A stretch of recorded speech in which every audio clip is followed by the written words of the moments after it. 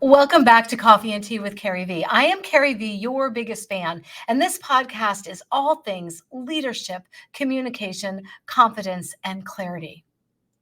How do we lean into confidence? How do we lean into clarity? How do we lean into anything when we feel like there's a risk of failing?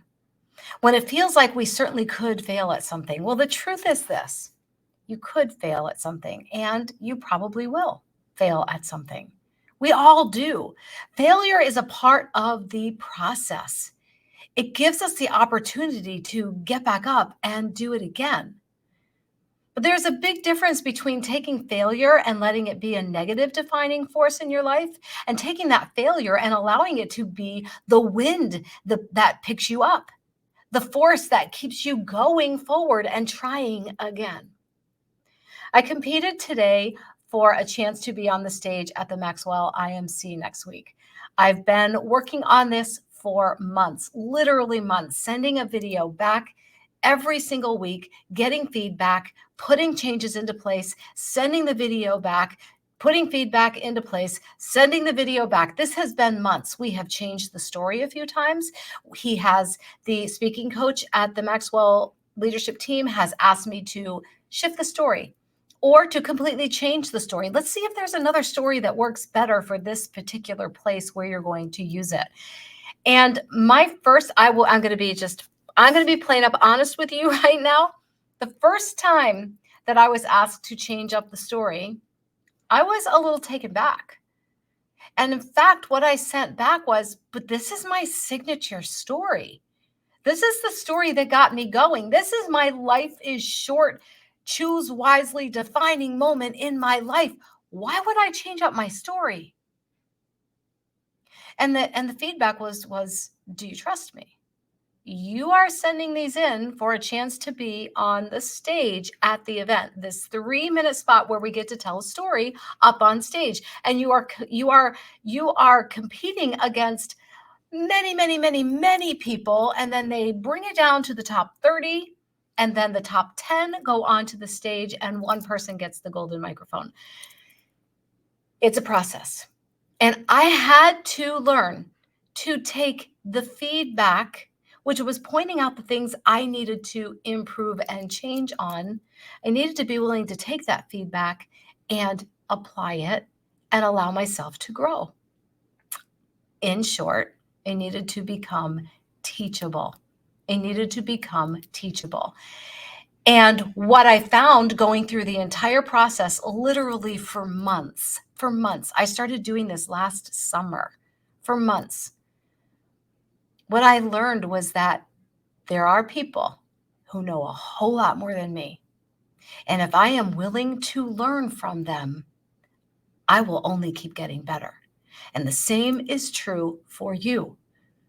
There's always going to be someone that is a few steps or many steps ahead of you. And if they are willing to teach you, open your mind and allow yourself to be teachable. It is so important to give yourself that space to learn and grow. It isn't about changing circumstances when we fail. It's about changing ourselves. So what is the difference between failing backwards and failing forward? John Maxwell points out quite a few of the differences, and I highly recommend that you read his book, Failing Forward. He points out many differences between failing backward and failing forward. When you fail backward, you refuse to take responsibility. You begin to think you will always fail. You quit. You give up. He says that when you fail backwards, you don't look at those experiences as a way to change and get better. You take a defeatist attitude and say, well, everybody's against me. You are literally limited by your mistakes.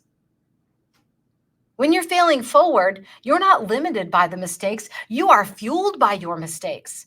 You're not shunning the responsibility and blaming other people for your failure. You are taking responsibility for your failure. You're not quitting. You're pushing forward. You are literally leaning into the failure or your perceived failure. To me, they are all stepping stones. Maybe things didn't turn out the way you had hoped. It doesn't mean you stop trying. It means you keep going. It means you take responsibility. You're not going to go out and try and change the situation. You're going to work on changing you. When you become better, everything becomes better. It's about focusing on solutions and finding out what works. And that boils down to being teachable, allowing yourself to be taught, even if you think you're pretty darn good and you already know what you're doing. That signature story took me to the semifinalists of Toastmasters, literally placing first the whole way up through many, many, many competitions. And I handed that story in thinking, huh, I got this. That's my one story. I'm sticking to it. This is going to be great. I'm going to be on stage in March. And after we worked on it for a few weeks, the feedback was, let's try another story. That hurt me. I did not want to be teachable at that moment. I wanted to say, whoa, this story has won all kinds of awards already. This is my trademark. This is my phrase. This is what I'm built on. And the coach said, I'm not saying this is not your signature story. I'm saying it's not the story for stage time. And I trusted him.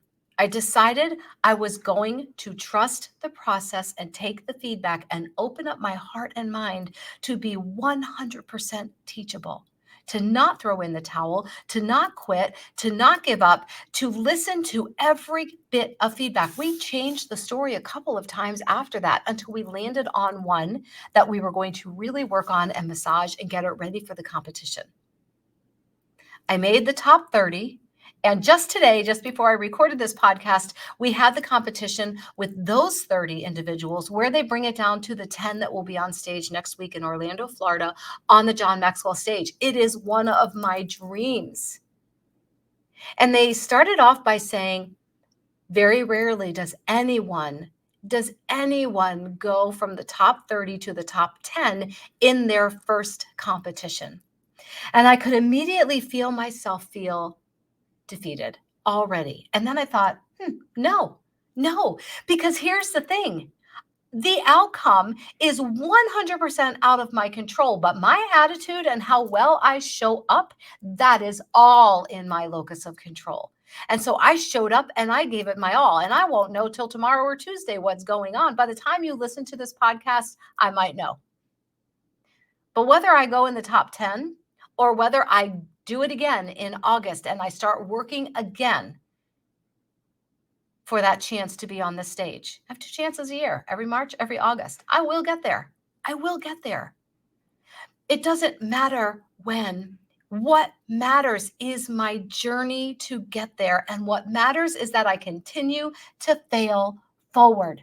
What matters is that I keep trying and I take responsibility and I don't take it as a negative occurrence in my life if I don't make it. What it means is I get to take responsibility for me and keep working on failing forward. And that is the same for you. You get to keep failing forward. Take responsibility for your life. Take responsibility for your choices. Let go of the negative mindset that I always lose. How many times do we hear that? Right? We'll be maybe at a party where they're going to do a drawing. How many times do you hear? I challenge you to do this next time you're at a party where there's a drawing taking place. Listen around and see how many people in the room say these words. I never win anything. I never win anything. You will hear it all the time. Instead, and maybe you're one of them, but start saying somebody is going to win that. It might as well be me. And sometimes you will win it and sometimes you won't, but it's okay. It's out of your control. But you get to choose the attitude you have going into it. Have fun. Stop the negativity. That is failing backwards. I always lose. No, you don't. If you're breathing and you're alive, you are winning. You're winning the day if you are going to bed at night and you made it through the day. You're a winner. You always have been. You always will be. Does that mean you don't have room to improve? No. It means you have all the room to improve. It means that you get to keep failing forward. Take responsibility. Open up your heart and mind to be teachable, and seek out the people who can teach you, and then be willing to learn from them. It's what I do as a coach. It's what I do with every single one of my clients. It's what I do with my individual clients, my business clients when I'm training. I am pouring into people to teach them what I know so that they can grow. And while I am pouring into people and teaching, I am simultaneously on the other side working with a coach and mentors to teach me, because I'm not even close to knowing everything I want to know. And neither should you be. Coaching is an amazing, amazing opportunity. I would love the opportunity to talk to you, see if we're a good match for coaching in some way, maybe a group coaching program, maybe a one-on-one time. But give me a chance. Let's meet and talk. Coaching will change your life. It will help you step into who you were created to become, which is amazing and awesome and great. You can't do it alone. But when you partner with someone and you are open to the teaching and the training, amazing things will happen. Your journal prompt today is, what could happen if I allowed myself to be truly teachable? What could happen if I allowed myself to be truly teachable? I am CarrieVee. I am your biggest fan. I love you. I mean it. I'd love the opportunity to talk with you. Head to the show notes, click the link to set up a 15-minute meeting, and let's see. Let's just see if we're a match. If we're not, I bet I know someone who is a match with you. Be teachable, be open, be coachable. I'll talk to you later.